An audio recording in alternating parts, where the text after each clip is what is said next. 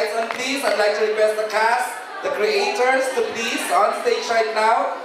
Direct Henry Kikitain, Direct Dado Lumibaw, Direct Rory Quitos, and of course Direct Olive Lamasan with our 5 lead actors.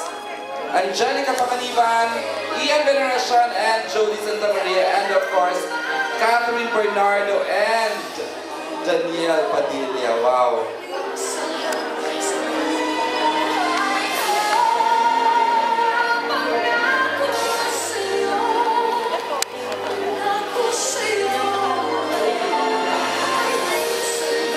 Okay, of course, we're now open for the question and answer.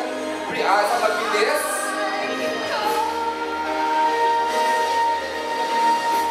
Hindi po pink ang theme natin tonight, ha? Hindi po pink.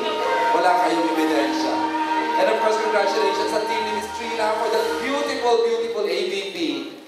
Mark Bravo, syempre. Okay, we'd like to request Direk Henry, isang mabilis na bate, please, sa ating mga kaibigan sa press, sa media. Magandang gabi po sa inyong lahat. Maraming salamat po sa pagdating. Thank you, Direk Henry. And of course, Direk Dado Lumibaw.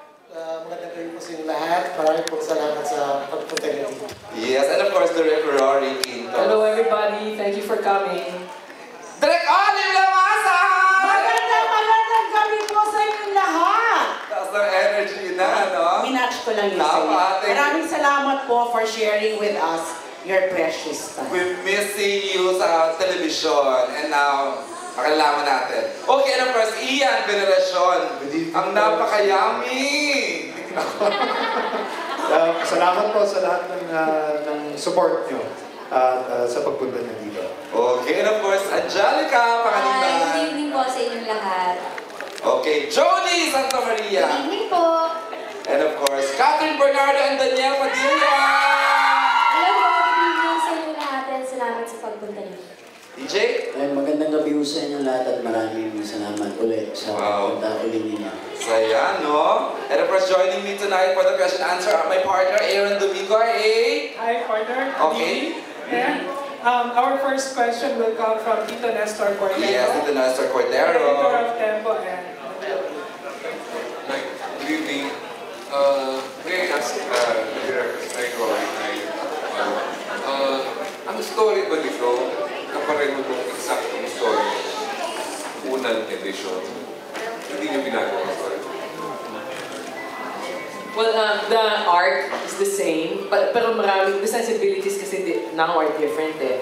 So marami kaming dinagdag. But the arc is, yeah, the same. Kasi hindi namin mapalitan kasi talagang ito yung sinubaybayan ng mga tao noon. Kung bakit nila minahal ang pangako sa'yo nung una, it's really because of maraming elemento but basically the story. So that's something that we're retaining, although inaakma namin sa sensibilidad sa makabagong panahon ngayon. Gaya na, example, wala namang cellphone nung panahon na yun. So yun, so we had to make certain adjustments for the audience today. Okay, thank you, Tito Nestor, thank you. Okay, here's a question from our dear MJ Felipe. Hi, MJ. For Kat and DJ, pataas na ng pataas yung excitement no, nung sa nalalapit na airing na Pangako Sa'yo. Yung pressure ba sa inyo nagbi-build up na rin? Oo naman, pataas na ng pataas yung pressure. Lalo na nung nakita ko unang beses yung trailer, yung mga sinuri nila, Ate Jody, Tito Ian, pati ni Ate Angelica, parang wow, sobrang ganda na dapat yung mga tao, pag napanood kami, hindi namin sila mabigo, and yung mga expectations sila, kailangan matapatan namin yun. And, ayun, sobrang na-excite din ako. Sobrang excited kami ni DJ sa project namin. DJ? Oo naman, siyempre sobra. Kanina nga, ayoko nang tumayo sa upuan ko eh. Okay na ako dun eh. Kasi, trailer pa lang, di ba? Grabe din yung... Kala ko nga, nanonood na ako eh. At saka, siyempre kailangan natin... Hindi natin pwedeng biguin yung mga tao. Hindi pwedeng hanggang trailer lang maganda. Dapat hanggang pinapalabas na. At every episode, maganda dapat.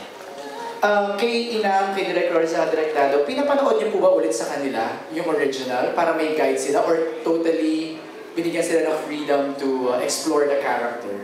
sa pagkakaalam ko, hindi pinapanood sa kanila. Kaya lang, yung creative team, kumbaga parang diniscuss sa kanila, pag yung mga role nila, yung character nila.